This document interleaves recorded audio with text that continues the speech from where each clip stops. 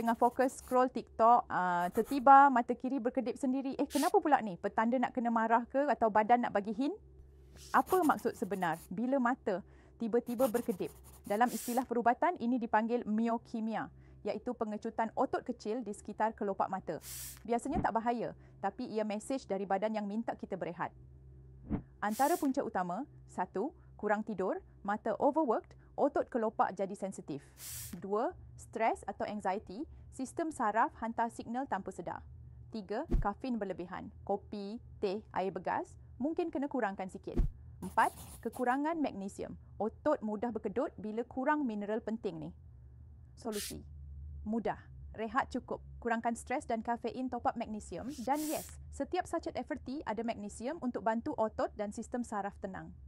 Jangan tunggu badan bagi hint sampai berbulan, mula reset hormon dan nutrien badan dengan 1 sachet FRT setiap pagi. Follow untuk lebih banyak tips pelik tapi benar tentang tubuh badan.